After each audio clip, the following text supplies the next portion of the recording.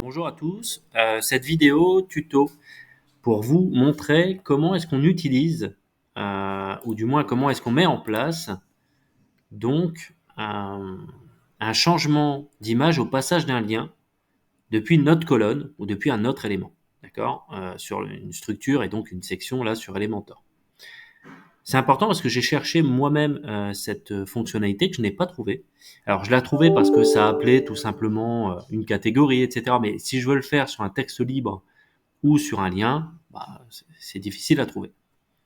Donc je vais vous présenter ça et puis je vais vous expliquer comment est-ce que j'ai mis cette solution en place, comment vous pouvez également la reproduire. N'hésitez pas dans les commentaires si vous avez quelques questions, je prendrai plaisir à y répondre. Et donc, allons-y. Ici, j'ai commencé en fait, alors moi j'ai un réglage un peu particulier CSS par rapport à la demande de mon client, mais ici, donc j'ai rentré un widget title. Donc j'ai mon titre, j'ai inscrit son titre et j'ai mis un hashtag en attente du lien parce que je n'ai pas encore créé la page. Donc ici, tous les produits. Alors, une petite astuce aussi, parfois sur certains widgets, on n'y pense pas forcément, mais sur Elementor, on va pas avoir la couleur du texte en hover.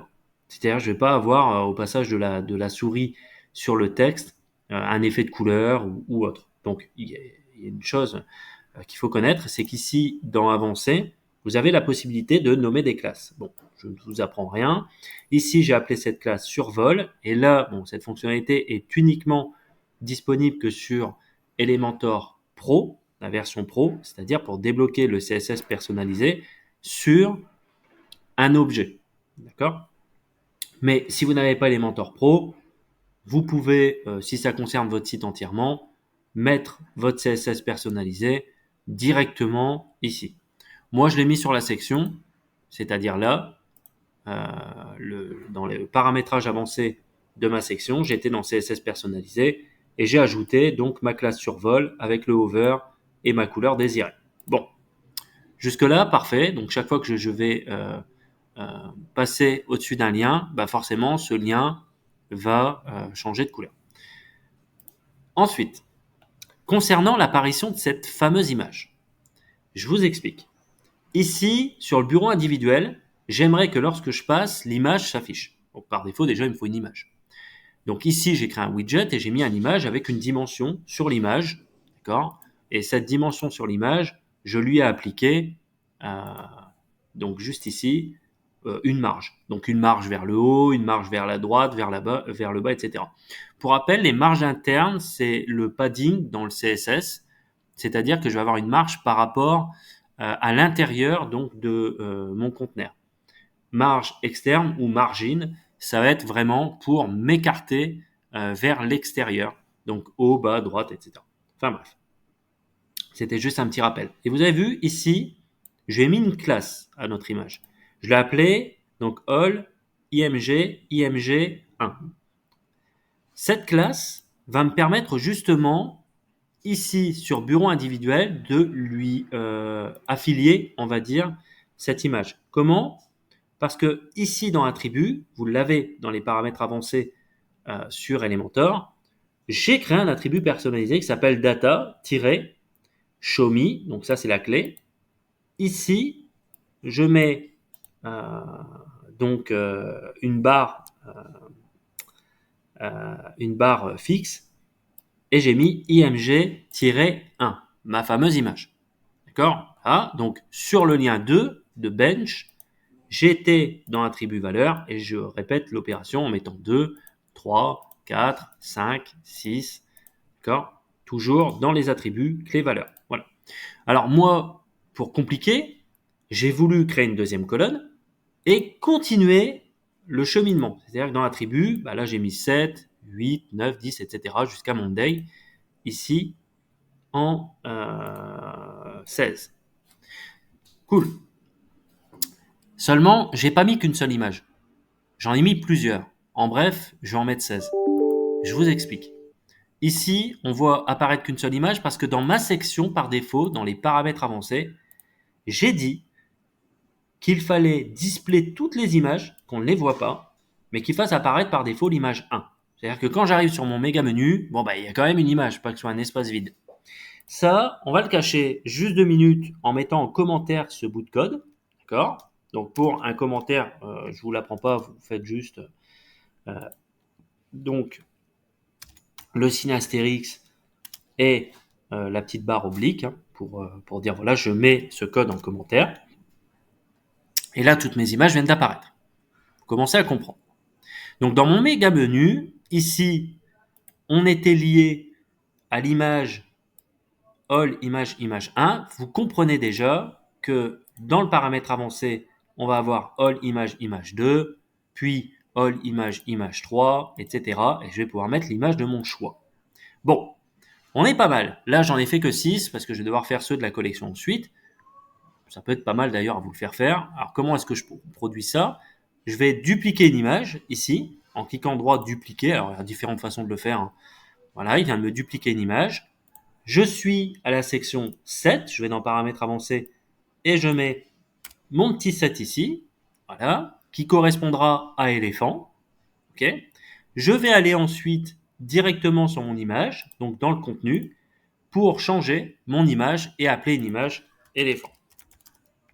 Donc là, ça concerne un mobilier d'architecte. En l'occurrence, je vais prendre donc un mobilier éléphant. Alors, je ne sais pas lequel je vais prendre. Je vais prendre un truc au hasard.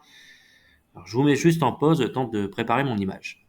Après, ça peut peut-être aider certains au niveau de l'image. Je ne sais pas quel outil vous utilisez. Là, je vais prendre GIMP par exemple parce que c'est un outil open source accessible à tous. J'aurais pu prendre bien sûr Photoshop ou Illustrator ou utiliser, je sais pas, des outils en ligne comme Canva. Voilà, je ne vends aucun outil. Je vous dis juste que vous pouvez choisir un petit peu ce que vous souhaitez. Donc là, je vais prendre cette image-là. Elle est assez sympa. Voilà. Bon, je vais peut-être prendre ça. Ouais, on va prendre celui-ci.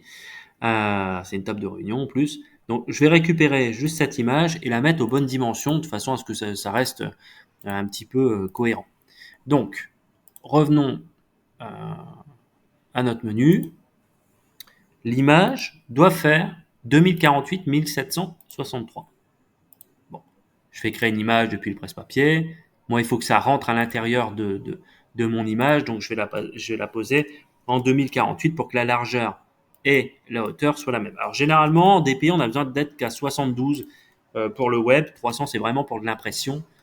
Voilà, on va la passer à 72. Je viens de la copier-coller et je viens de récupérer donc mon éléphant. Donc là, je vais marquer gamme éléphant.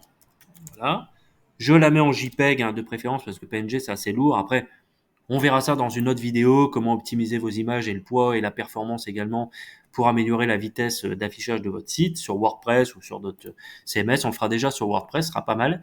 Mais dans un premier temps, bon, je vous conseille toujours d'essayer de mettre en JPEG si vous n'avez pas besoin d'avoir un fond transparent. Fond transparent égale PNG pour l'extension. On verra ça également une nouvelle fois.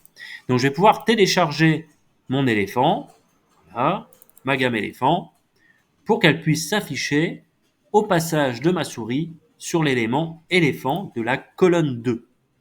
D'accord? De la colonne 2. Bon, faut pas oublier, pour pouvoir tester, revenir sur ma section, juste ici.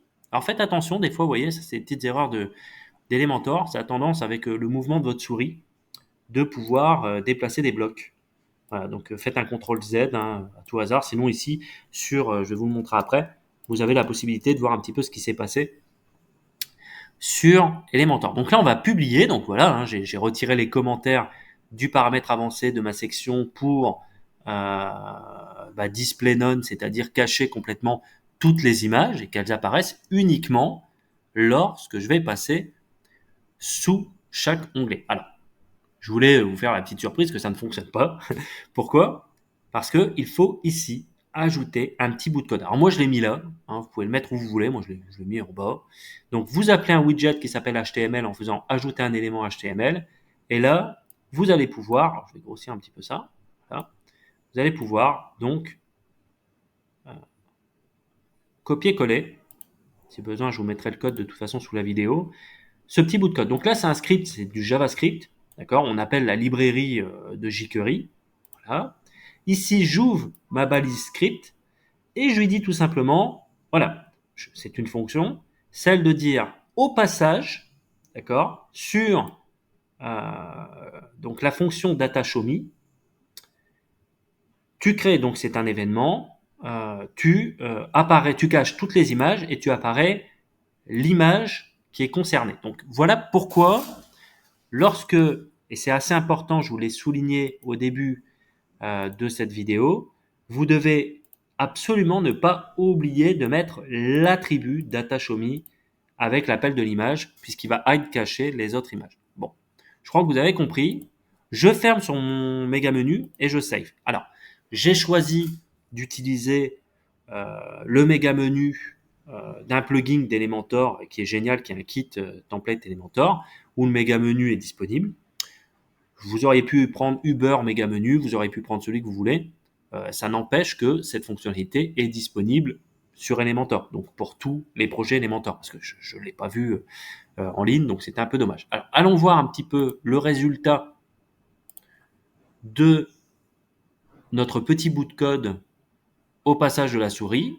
Donc, c'est dans l'onglet mobilier. Je vais dans tous les produits. Et lorsque je vais passer sur bureau individuel, donc par défaut, j'ai mon image de bureau individuel et le bench, table de réunion, etc. vont pouvoir s'afficher. Alors, je ne vous ai pas montré les petits effets que j'ai fait. Moi, je vais vous le montrer dans 2 petites minutes.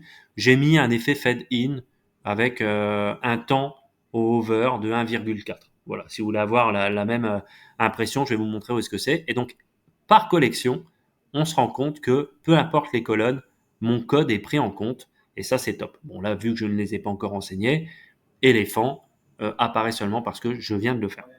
En dessous, moi, j'ai remis une section où est-ce qu'on a des petits liens pour visiter des pages. Alors, je pourrais vous montrer comment construire ce méga menu complètement dans une prochaine vidéo, parce que c'est vrai que le côté responsable est à expliquer. Puis bon, on peut avoir des effets assez sympas comme là sur la barre de recherche, et pourquoi pas mettre également une sidebar, barre latérale, sur un appel de menu sur le côté qui disparaît, notamment à l'appel en responsive. Voilà.